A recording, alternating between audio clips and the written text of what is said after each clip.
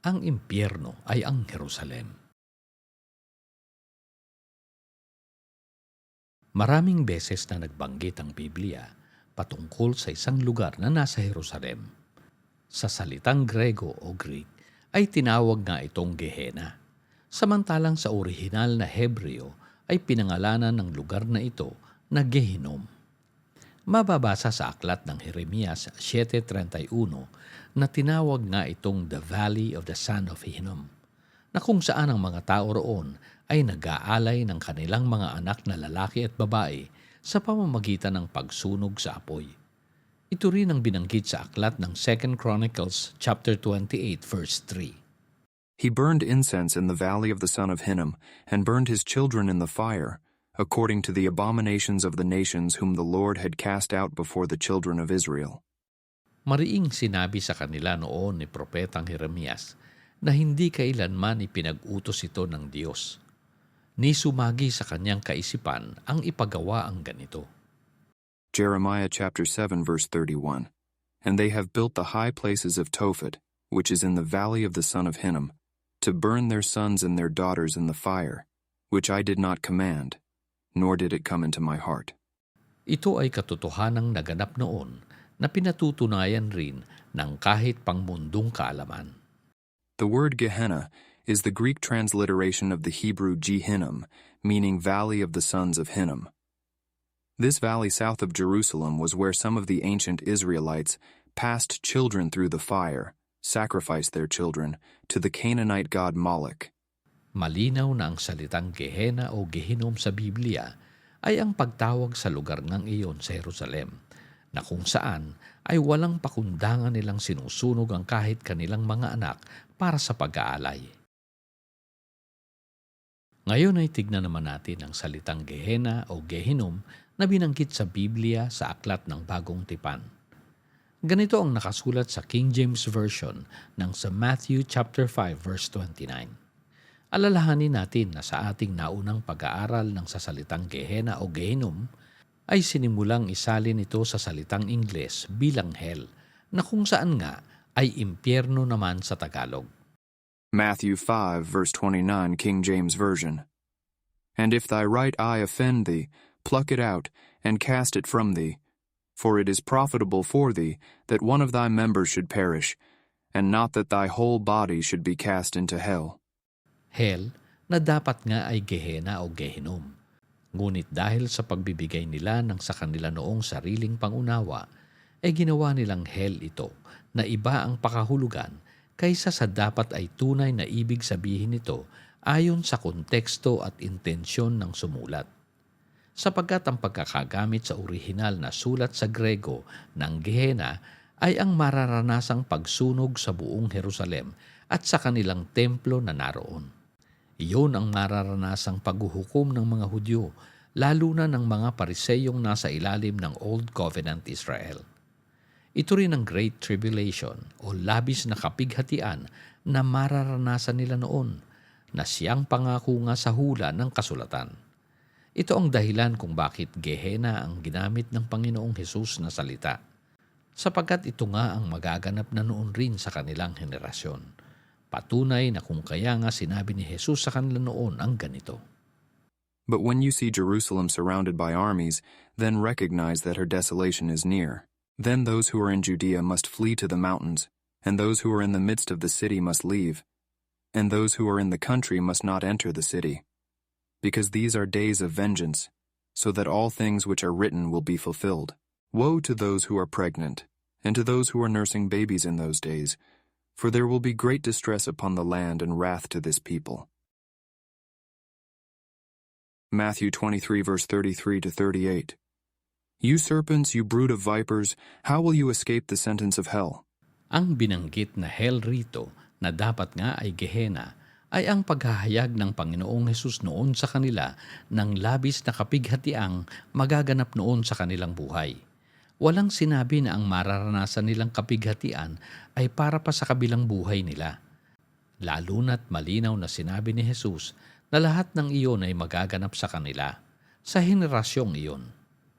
Therefore, behold, I am sending you prophets and wise men and scribes. Some of them you will kill and crucify, and some of them you will scourge in your synagogues, and persecute from city to city, so that upon you may fall the guilt of all the righteous blood shed on earth, from the blood of righteous Abel to the blood of Zechariah, the son of Berechiah, whom you murdered between the temple and the altar. Truly I say to you, all these things will come upon this generation. Jerusalem, Jerusalem, who kills the prophets and stones those who are sent to her. How often I wanted to gather your children together, the way a hen gathers her chicks under her wings, and you were unwilling. Behold, your house is being left to you desolate. Wala tayong kahit konting karapatan na sabihing para sa atin rin ang mararanasang kapighatiang iyon. Wala tayong kinalaman roon, lalo na ang mga nagbigay ng ibang pakahulugan sa inimbento nilang hell, na kung tutuusin ay hindi kahit minsan ipinaliwanag ni Jesus o kahit ng sino mang apostol ng Diyos. Dahilan ng mataas na pagtingin ng mga tao noon sa kanilang sarili, nagpakilala sila bilang mga apostol rin ng Diyos. Hindi nila tinanggap ang mga bili ng mga apostol na dapat nga ay kahuli-hulihan na sila. Ibig sabihin, kung huli, wala nang dapat kasunod. Malinaw na ang Gehena na binanggit sa mga sulat ay walang iba kundi ang Jerusalem na lugar kung saan ay makakaranas sila ng labis na paghihirap para sa paghuhukom. Kapighatian gaya ng sa kasamaan ng mga tao noon sa bayan na kung tawagin nga ay Gehinom sa Jerusalem, ang lugar na kung saan ay sinusunog ang kanilang mga anak. Ito rin ang dahilan kung bakit sinabihan ni Jesus ng ganito ang mga babaeng tumatangi sa kanya noong siya ay pinahihirapan.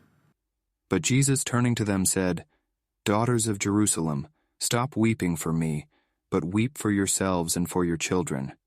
For behold, the days are coming when they will say, Blessed are the barren, and the wombs that never bore, and the breasts that never nursed. Then they will begin to say to the mountains, Fall on us, and to the hills, cover us. Panoorin ang Great Tribulation, Siege of Jerusalem, AD 70. Hindi nga ba't nakapangingilabot ang mga kaganapan noon sa Jerusalem? Ang pagpapahirap sa kanila at pagpatay sa napakaraming mga tao noon na dulot ng kabagsikan ng mga Romanong sundalo, gayon rin ang mga nagre-rebelding mga Hudyo. Ang kagutumang ipinaranas sa kanila. Naisulat ito ng historian na si Eusebius bilang ecclesiastical history noong panahong iyon. Narito ang kwento ng isang babaeng Hudyo na nakaranas ng labis na kagutuman, sanhi ng pagpapahirap at pagpaparusa na dulot ng kawal na Romano at ng mga nag-aaklas na mga rebelding Hudyo. Narito ang isang bahagi ng aklat sa chapter 6 na isinalin ko sa Tagalog. Hawak ang kanyang anak, isang batang lalaki na sumususo sa kanyang dibdib. Sinabi niya, O kawawang anak ko, sa digmaan, sa gutom, sa pag-aaklas, para saan pa at pinangangalagaan kita? Magiging alipin ka lang sa mga Romano kahit napayagan tayong mabuhay. Ngunit kahit sa pagkaalipin tayo ay gugutumin at pahihirapan rin kahit ng mga nag-aaklas na rebelde na mas malupit pa sa kanila. Halika, maging pagkain ka sa akin, bilang galit sa kalupitang ito at upang malubos ang mga kapighatian nating mga Hudyo.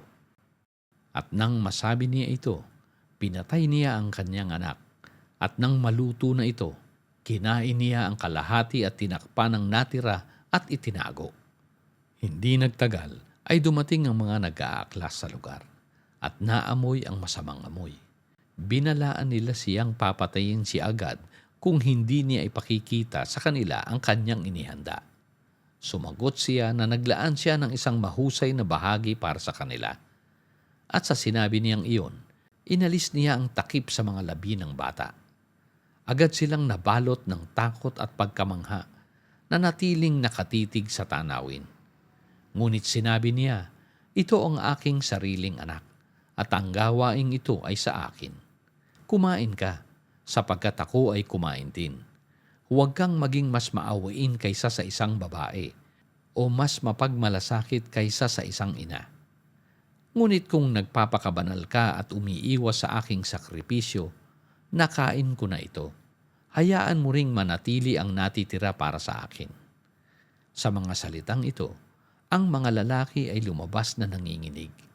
Sa isang pagkakataong ito ay takot na takot sila, ngunit nahirapan pa rin silang ibigay ang pagkain sa ina.